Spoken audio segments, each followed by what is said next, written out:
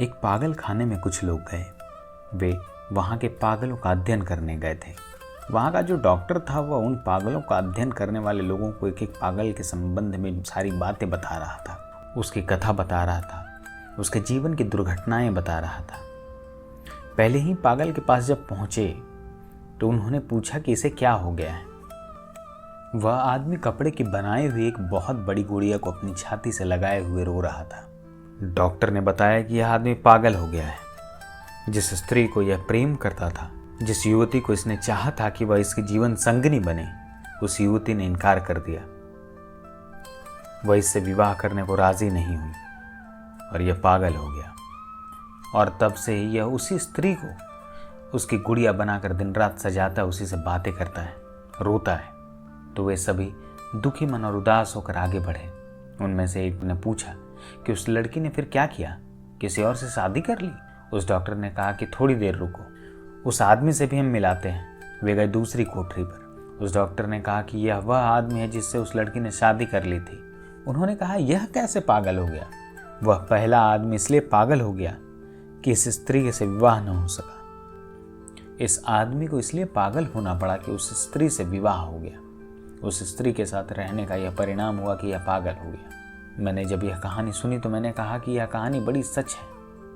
कुछ लोग संसार के पीछे दौड़कर पागल रहते हैं, कुछ लोग परमात्मा के पीछे दौड़कर पागल हो जाते हैं, और कुछ लोग इसलिए पागल रहते हैं कि संसार उन्हें मिल जाता है, और कुछ लोग इसलिए पागल हो जाते हैं कि वे संसार छोड़ देते हैं।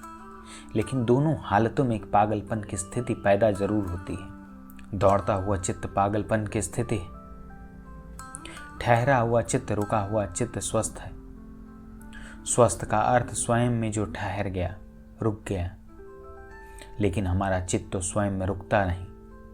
कहीं उसे हम लगा दें तो ठीक, अगर ना लगाएं तो बड़ी बेचैनी मालूम पड़ती है। इसीलिए तो सुबह से कोई आदमी उठ जाता है तो जल्दी से अखबार खोजता है कि अखबार पढूं, क्योंकि खाली रहने से घबराहट होती है।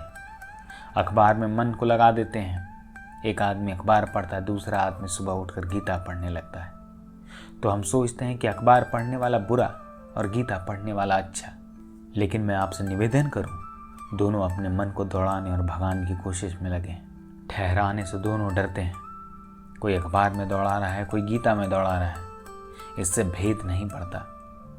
एक आदमी सुबह उठकर रेडियो खोलता है और फिल्मी गाने सुनने लगता है, दूसरा आदमी बैठकर राम राम राम राम जपने लगता है। लेकिन दोनों मन के ठहराने को राजी नहीं है। दोनों मन को भगाते हैं, दौड़ाते हैं, और दोनों समान हैं।